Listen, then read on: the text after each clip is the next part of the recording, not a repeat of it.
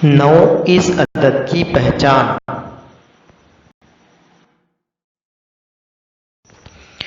बच्चों, आपने अभी तक 1 से लेकर 8 तक गिनती के आदाद की शनाख्त और पहचान की है। आइए अब हम 9 इस अदद की पहचान करेंगे।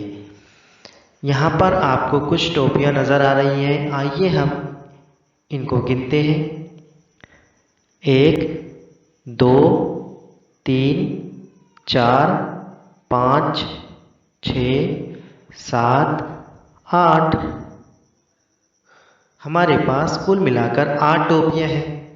हम इसमें एक टोपी और मिला देते हैं। इस तरह ये हो जाएंगे 9 टोपियाँ। हमारे पास मौजूद हैं 9 टोपियाँ।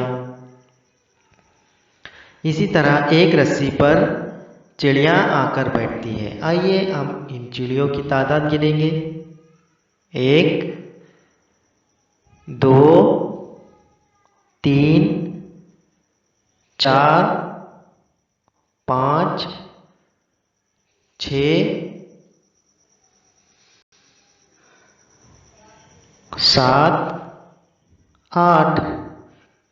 चिड़ियों की तादाद 8 है, यानी रस्सी पर 8 चिड़िया बैठी है। अब इनमें एक चिड़िया और आकर बैठ जाती है। इस तरह हमारे पास 9 चिड़िया रस्सी पर मौजूद हैं।